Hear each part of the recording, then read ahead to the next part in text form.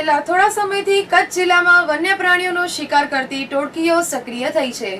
ખાવડા પોલીસે જંગલી ભૂંડનો શિકાર કરતી ટોળકીને બંદૂક તથા શિકાર કરવાના સાધનો સાથે ઝડપી પાડી છે।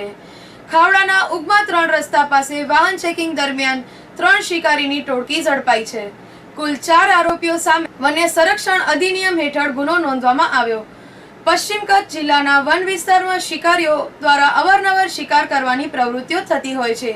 શિકારની પ્રવૃત્તિઓ અટકાવવા અને શિકાર કરતી ટોળકીને ઝડપી પાડવા માટે પોલીસના ઉચ્ચ અધિકારીઓ દ્વારા સૂચન કરવામાં આવ્યા હતા। જે મુજબ ખાવડા વિસ્તારમાં પોલીસની ટીમ પેટ્રોલિંગમાં હતી।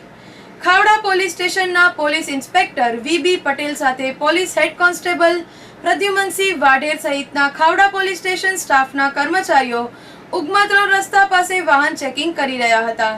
જે દરમિયાન ડીઆઈ કમાન્ડર ગાડી ચેક કરતા તેમાંથી એક બંદૂક, એક મૃત્યુ પામેલ જંગલી ભૂંડ, એક કુહાડી, 300 ગ્રામ જેટલા ધાતુના છરી મળી આવ્યા હતા। સાથે કુલ 3 આરોપીઓને ઝડપી પાડવામાં આવ્યા હતા।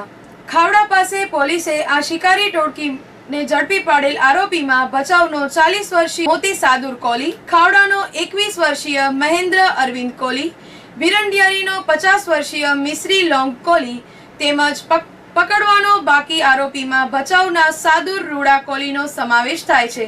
ખાવડા પોલીસે ત્રણેય આરોપીઓ પાસેથી મુદ્દામાલ કબજે કરીને તેમની વિરુદ્ધ આર્મ્સ એક્ટ મુજબનો ગુનો તેમજ વન્ય સંરક્ષણ અધિનિયમ હેઠળ ગુનો નોંધી કાયદેસરની કાર્યવાહી હાથ ધરી છે।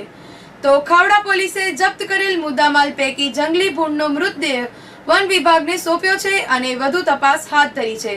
ખાવડા પોલીસે આરોપીઓ પાસેથી 2000ની કિંમતની દેશી બનાવટની મઝલ લોડ બંદૂક, કુહાડી, ધાતુના 300 ગ્રામ છરા, મહિન્દ્રા કંપનીની 1 લાખ કિંમતની ડીઆઈ કમાન્ડર, કુલ 4300 રૂપિયાની કિંમતના 3 મોબાઈલ સહિત કુલ 1,06,300નો મુદ્દામાલ કબજે કર્યો છે।